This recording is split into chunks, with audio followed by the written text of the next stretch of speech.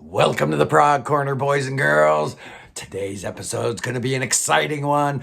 We are taking a look at the top 50, not 25. I made a decision this morning. There were too many great vocalists. I was going to have to leave off this list. So why put myself through that aggravation and that stress, knowing that I'm going to get a million comments? Oh, you missed this guy, you missed that guy. So I'm going to include 50 of them. Yeah, another important thing happened this morning. I had a near miss with the barber shears. Yeah, your boy almost cut his hair this morning. I, at the last minute, made a management decision to keep it in place, but we'll see how long that lasts. It's summertime and mowing the lawn's getting to be a little bit of a problem for me. Whatever. We're not going to have Freddie Mercury on this list.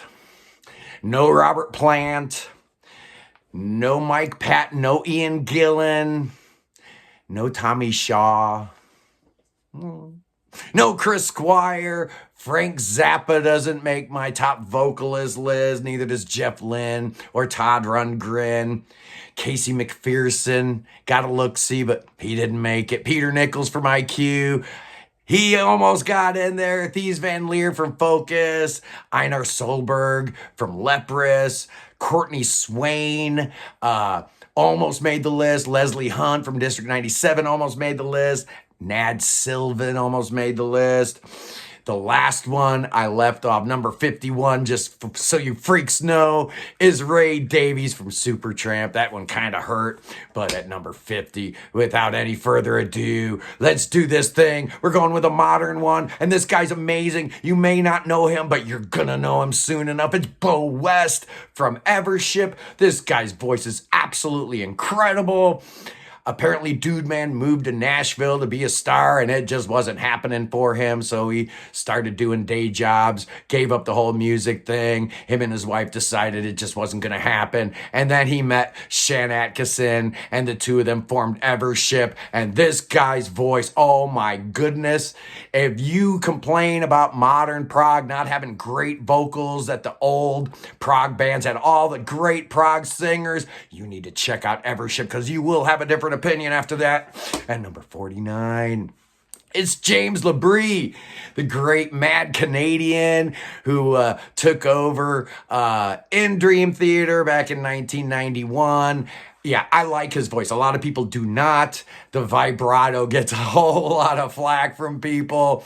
I think he's terrific. He's got a new solo album that's really, really good. He was born May 5th, 1963 in Ontario.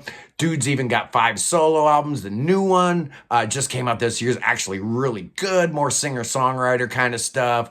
But this guy gets, plenty of credit around the world, prog metal circles, but I got to include him because he's really, really good. At number 48, it's Aleena Gibson, another personal favorite of mine. She is the lead singer for Kaipa, one of the 2 lead singers. They have a boy and a girl, so they do the boy-girl vocals. But Aleena is the star of this show, man. Her vocals shine so brightly every time she steps up to the microphone.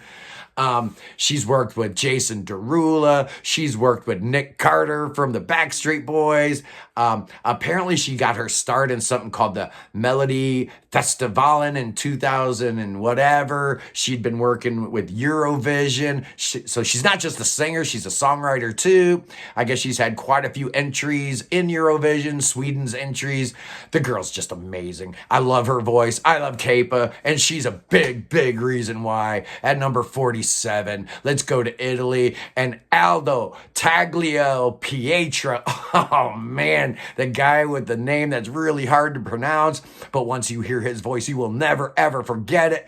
Yeah, Leormi sings in Italian, but this guy's voice really has that timbre and that innocence and that kind of post-hippy-dippy kind of feel that John Anderson gives me. I just love Aldo's voice. I love Leormi. Those early Leormi albums are just amazing, and his singing is a real big part of it. He had been with the band until 2009. They've only released one album since his departure, 2011's La Via della Sera, which was okay, but yeah, without Aldo. Yeah, no Aldo, no Leormi for me. At number 46, mix. It's Cedric Bixler-Zavala. Yeah. The lead singer for the Mars Volta. He was also the singer for the great At the Drive-In. Before At the Drive-In, this is something a lot of people know about. He was in a band called Foss, who had a lead singer by the name of Beto O'Rourke, who was presidential campaign candidate a couple years ago, the Democrat from Texas. If you want to kind of compare his vocal stylization, Cedric maybe falls somewhere in between Frank Zappa and Mark E. Smith from The Fall. He's just crazy. His Spanish is not great. He speaks more Spanglish, but he throws in a lot of that Latin flavor to what he's doing. He was a Scientologist. He left Scientology after Danny Masterson from that 70s show raped his wife. Yeah. Very unpleasant stuff. Don't get mixed up in Scientology, kids. At number 45, it's Robert Wyatt, born in January 28th, 1945, obviously best known as the original singer for Soft Machine. He left Soft Machine to form Matching Mole, and then he got into this really bad accident. He was at Gilly Smith's birthday party, a girl from Gong, and she was having a birthday party. Robert Wyatt got really wasted, fell off a 4th-story balcony, had surgery, broke his back, released his masterpiece Rock Bottom in 74. His solo career is a little spotty, but I love his voice. I love how he emotes. Yeah, Robert Wyatt, forget about it, man. Unbelievable. At number 44, it's Adrian Belew. You people have been on me a little bit about me excluding him in my top guitarists and top solo artists. So here he is, people. Yeah, born in Covington, Kentucky in 1949. Yeah, that's right across the Ohio River from Cincinnati. He got his big break in 1977. I guess Frank Zappa saw him in some cover band called Sweetwater, gave him a call. So he started playing with Zappa. In 78, David Bowie gives him a call. So he goes on tour with Bowie. In 79, David Byrne and the Talking Heads give him a call. So he goes on tour and plays with Talking Heads, plays on Remain in Light. Then Chris and Tina do their Tom Tom Club solo project. He's involved in that. And then he gets the call from Robert Fripp to join King Crimson. He was on 6 King Crimson albums. He's not in the band anymore, but after Crimson took a little break, he went back to Cincinnati, got with some boys that were in a band called The Raisins, and he formed the Bears. I guess after the Bears were done, the rest of the guys formed Psychodots. This is some really good prog pop. If you don't know the Bears, you don't know Adrian Belew's solo material, really cool stuff. I love him. He's amazing. At number 43, it's Heather Findlay, the great singer, formerly of Mostly Autumn. Yeah, they have a new singer now, Olivia Sparnan, who almost made this list too because she's amazing. She was born March 7th, 1977. Mostly Autumn started in 1996, and she stayed with them for 9 albums. She left in 2010, but those first 3 Mostly Autumn albums are just amazing. For All We Shared in 1998, Spirit of Autumn's Past in 1999, and their masterpiece, The Last Bright Light in 2001. Heather's still going strong with solo stuff, but what a voice Heather Findlay has at number 42. Domo Arigato, baby. It's Dennis DeYoung, born February 18th, 1947, of course, in Chicago. He formed a band called Trade Winds, which with the Panozzo brothers, which would in short order turn into Styx, and the rest is history, as they say. He was the main guy in Styx. Yeah, they had 2 other singers. You had James J.Y. Young and Tommy Shaw, who are both still in the band. Dennis DeYoung left in 1999. He and Tommy Shaw apparently just couldn't get along at all. But Dennis DeYoung. Styx had 10 top 10 hits. 7 of them were written by Dennis DeYoung. He even, throw in, what was that? Under the Desert Moon. He had a top 10 hit as a solo artist. His last album came out a couple years ago. It was actually really good. He's claimed it's his final album? And if so, he went out on a really high note. I love Dennis DeYoung, but Styx is doing just fine without him. At number 41, it's Hasse Froberg, born in 1964 in Sweden. He hooked up with Roine Stolt in 1994 for Stolt's solo album, The Flower King, and then he was added as a guest musician on the first couple albums. He was finally invited to be a full-fledged member in 97, and he joined them on stage for the first time. By the time 99 rolled around and the Flower Power album came out, he was actually writing songs for the band, doing a lot more singing. We get to modern Flower Kings, and it's almost an even split between Roine Stolt and Hasse Froberg in terms of the vocals. But if you imagine John Anderson with a little more, balls to him, a little bit more of that growling, kind of stuff, Hasse is just amazing. He's got his own thing now going on, the Hasse Froberg Musical Companion. They put out like 5 albums, and they're all really good. I love him. He's amazing. At number 40, it's Pete Jones, ladies and gentlemen, born October 6, 1980. This man has been blind since he was 15 months old. He had a rare form of cancer that took his sight, but apparently it did something to his musical skills because this guy's a multi-instrumentalist. He plays everything, but he's on this list primarily because of his singing abilities. He's worked with Camel, he's worked with Scion, and his solo project, Tiger Moth Tales, just incredible. This guy's got a really, really good voice. I love the timbre of it. I love how, emotionally he can sing and deliver lines in such a really moving way. Just fantastic. He first came to prominence in the UK on a TV show called Star for a Night in 2001, where he and this other person were, performing. And then that person and he got into the X Factor. They called themselves 2 to Go, and I guess they did really good. I guess they got like 2nd or 3rd place on that. But Pete Jones, oh yeah, number 39. Was that 40? Yeah, Pete Jones was 40, number 39. We're talking about David Pack from Ambrosia, the guy with the golden voice. He could write songs. He could write hits like, The Biggest Part of Me, You're the Only Woman, or How Much I Feel. But he could also write the Prog, those first 2 Ambrosia albums, the debut in 75, the follow-up in 76, Somewhere I Never Traveled. Those are both really strong Prog albums. So if you can do prog rock at a super high level, and you can do top 40 pop at a super high level, kind of like somebody else we're going to talk about tomorrow in tomorrow's episode. Yeah, David Pack deserves a look-see here at number 38. Let's go to the UK and Ross Jennings from the Great Haken, and he's also in a band called Novena, however you pronounce it. He was born February 7th, 1984, so he's a youngster on this list.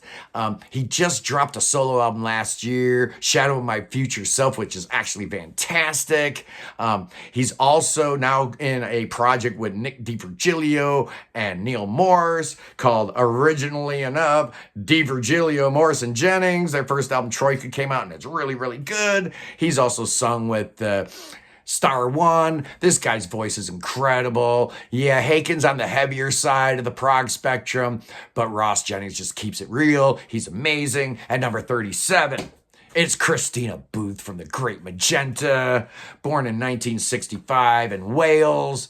Yeah, she first hooked up with Rob Reed, who was doing the Scion project, and he heard her voice and said, "Whoa, I need to completely changed direction. She's got to be in my band." So the color cyan became the color magenta. And here we are 8 albums later. Magenta has never put a wrong foot forward.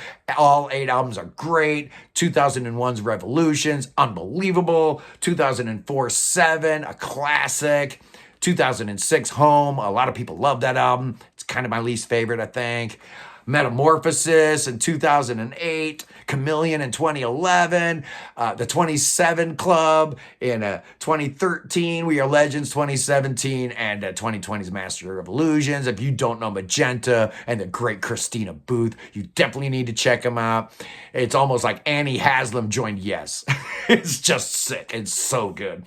At number 36, it's Bruce Soord from The Pineapple Thief, born September 26, 1972 in Bavaria. Yeah, he was born in Germany, but I guess his parents moved him back to the UK in short order. Pineapple Thief was born in 1999. And yeah, if you look at some of the other K-Scope artists, Steven Wilson, Daniel Kavanaugh for Anathema, you kind of get an idea what Bruce Soord's all about, what Pineapple Thief is doing, especially now that Gavin Harrison's in the band. Yeah, you get that real strong Porcupine Tree feel, but Bruce Soord's voice is terrific. It fits the music so well. They have 14 albums out, and I like them all. Yeah, Bruce Soord, what a talent. What a great talent. At number 35, one that I added at the last minute. I totally forgot about this guy. I'm a dummy. It's Damian Wilson. Yeah, speaking of Wilsons, Damian, yeah, from Threshold, did like 4 albums with them, did like 3 albums with Landmark. He's in a band with Adam Wakeman called Headspace. I haven't heard anything about them. They put 2 albums out. He's worked with Arion. He's worked with Star One. And he provided vocals for that amazing Rick Wakeman solo album Out There, which I think came out in 2003. He's worked with Clive Nolan. He's worked with David Bainbridge. He's worked with Mostly Autumn. But now it just was announced he is the new lead singer for Arena. And their new album drops later on this year. If you don't know Damian Wilson and his incredible vocals, man, this guy is so powerful. But he hits every note. He's great. At number 34, Maynard James Keenan's got to get a look-see. Absolutely. Born 1964 in Ravenna, Ohio. Yeah, he's an Ohio boy right outside Akron. Family moved to Michigan when he was young. And then he wanted to get into interior design, so he moved to L.A., where he started doing that. But he met a guy named Adam Jones. And if you know Tool, you know that was the birth of Tool. And as they say, the rest is history. Prior to forming Tool and A Perfect Circle and Pussifer and all that stuff he's known for in the early 90s, he and Danny Carey were both part of a little band called Green Jello. And if you remember that song, that Three Little Pigs song, Little Pig, let me in, not by the hair of my chinny chin chin. That part was sung by Maynard James Keenan and Pauly Shore. I did not know that. It's pretty cool because I actually like that song a lot. At number 33, it's Ted Leonard, born in Arcadia, California on September 22nd, 1971. He's best known as a lead singer for the great prog metal band Enchant, where he laid down 8 albums with them. When Nick DiVirgilio left Spock's Beard, he joined them as their third singer after Neil and Nick. He's done 3 albums with Spock's Beard. He's done 3 albums with Pattern Seeking Animals. He did most of the vocals on Jesus Christ the Exorcist for Neil Morse. And he was the touring 5th member of Transatlantic. Unfortunately, he never got to provide any studio work with them. His predecessor in the band, Daniel Gildenlow, actually did on Kaleidoscope. So I was really hoping there'd be one more Transatlantic album so we could get Ted Leonard in there. Doesn't look like it's going to happen. Oh, and Ted's also on the new Ryo Okamoto album. Just incredible. If you like Steve Walsh's vocals, you're going to like Ted Leonard's vocals. They're very, very similar. Speaking of Kansas, number 32, no, it's not Steve Walsh. He's going to be a tad bit higher on this list. It's Robby Steinhardt. Yeah, and this is kind of why this was so hard. A lot of these bands have not 1, not 2, sometimes 3 amazing singers. How do you parse it out? How do you just pick one out of a group? Sometimes I'm not going to do it. Sometimes they're both going to get on here. And here's a perfect example of why Robby Steinhardt provided the perfect complement to Steve Walsh's tenor, that high stuff he was singing all the time. And then you had this earthy, rootsy, guy. I guess Robby and Steve Walsh were the only 2 guys in Kansas not from Topeka. Robby was from Lawrence. Originally, I guess he was born in Chicago. Family moved to Lawrence. His dad was a professor at the University of Kansas. I guess he was the director of music history there. He worked with John Anderson on his 1,000 Hands album. The producer, Michael Franklin, talked him into doing his own solo album. So last year, Robby Steinhardt, right before he died, dropped his one and only solo album. We're not in Kansas anymore. It's amazing. It's fantastic. Check it out at number 31. The aforementioned Roine Stolt makes the list. He's not technically a great singer, but I love what he does. I love how he handles the vocal duties. Early on, he had a big old giant John Wetton Jones. Yeah, those first couple Flower Kings records, he really did sound a lot like John Wetton. By the time we got to Stardust, all that had been burned out of him, and he had really developed his own weird, hinky style. Nobody sings like him. He's just so odd and so bizarre. I love it. He's been with Kappa. He's been with the Flower Kings, the Tangent, the Sea Within, Agents of Mercy. He worked with Steve Hackett, went on tour with him. Transatlantic, he was one of the 4 guys in Transatlantic. Anderson Stolt, that great Invention of Knowledge album Roine did with John Anderson. And the best part about Roine Stolt, yeah, dude's got 2 kids, and their names are Johann Sebastian and Peter Gabriel. Yeah, I like Roine Stolt quite a bit. At number 30 is the great David Byron. Yeah, we're not including Deep Purple or Black Sabbath, but I am including Uriah Heep. I guess that's where my line is. The great David Byron was born in 1947. He left us in 1985 at the age of 38. Alcohol was his biggest enemy. It caused him to get fired from Uriah Heep. He was a mess. He was an absolute disaster. But oh my goodness, what a voice this guy had. Oh man, early Uriah Heep were called The Spice or something like that. And Ken Hensley was in a band called The Gods. So when those 2 bands collided, they formed Uriah Heep. And David Byron stayed with them until 76. High and Mighty was the last album with him on it. But I can honestly say that every single Uriah Heep album with David Byron is totally worth listening to. I love his style. I love his voice. And he wasn't even, his name's David Garrick. Well, not even David Byron, but whatever. At number 29, it's Mikael Akerfeldt from Opeth, born in 1974 in Stockholm. Best known, obviously, as the lead singer for the great Opeth. Prior to joining that band, he was in a band called Eruption. And I guess he joined Opeth as a bass player. They already had a singer, and then the singer quit, so he was able to take over the band at that point. You know, they were real death metal at that point, so he had the death growls going on. He's not on this list for his death growls. Absolutely. He's on this list for that clean baritone he switched over to. With albums like Heritage and Pale Communion and Sorceress. Just amazing stuff. He's worked with Catatonia. He's worked with Steven Wilson and Storm Corrosion. He cites Christian Vander of Magma as one of his major influences. And Christian Vander's another one. Not on this list. I'm sorry, guys. But Mikael Akerfeldt made it. Hey, at number 28, it's Gary Brooker, ladies and gentlemen. Born in London in 1945. He left us this past year.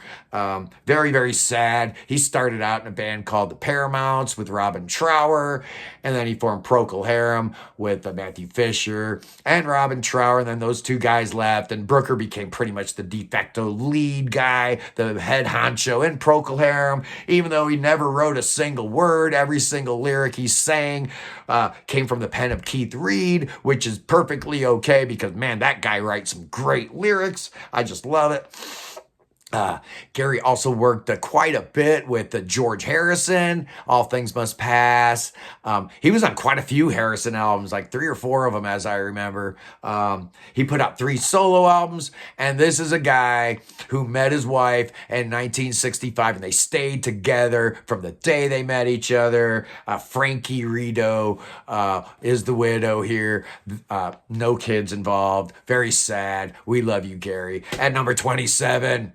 It's Steven Wilson. Yeah, you knew this guy was going to be on this list somewhere. Born November 3rd, 1967. And there's not a whole lot left to say about Steven Wilson, particularly with the revival of Porcupine Tree. He's been on everyone's lips, but I love his solo work. I love his remixing, remastering program that he's been up to. Storm Corrosion, Blackfield, No Man, Bass Communion, all them great solo albums. Yeah, Steven Wilson maybe doesn't have the greatest voice, in terms of its actual technical perfection, but he hits the notes perfectly and he hits the emotional sentiment perfectly in every song. He's amazing. He's a genius. You guys know that already. And finally, at number 26, it's Roger Hodgson. Yeah, he had to be on my list. Born in Portsmouth in 1950.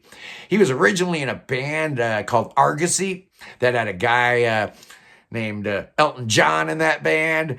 He answered an ad Rick Davies put in the Melody Maker for a guitar player. So he joined Supertramp in 1970, and all the big Supertramp hits were written and sung by Roger. Dreamer, The Logical Song, Give a Little Bit, Breakfast in America, Take the Long Way Home. His last big hit with the band was It's Raining Again, off of the famous Last Words album, which came out in 1982. And then he and his family left LA to move up to upstate California, join a commune. He's a weird guy, very spiritual guy. He's done some solo work, some of which is really good. In 1990, he was actually asked to join Yes. Trevor Rabin asked him to join, but he did not. He actually stayed doing what he was doing, and I guess John Anderson was persuaded to join. And there's actually one song on that Talk album that is co-written by Roger. The Waltz was actually written by Rabin and Hodgson, and that just shows how close he came to actually joining Yes. Well, that's number 26 to number 50. Like I said, there were just too many great singers to cram it all into one episode, so it's not going to happen. Tomorrow we're going to do 1 through 25, so yeah, get your thinking caps on. It's going to be an awesome episode. I love you guys. Have a great week, and I will see you soon. Maybe with all my hair, too. Peace.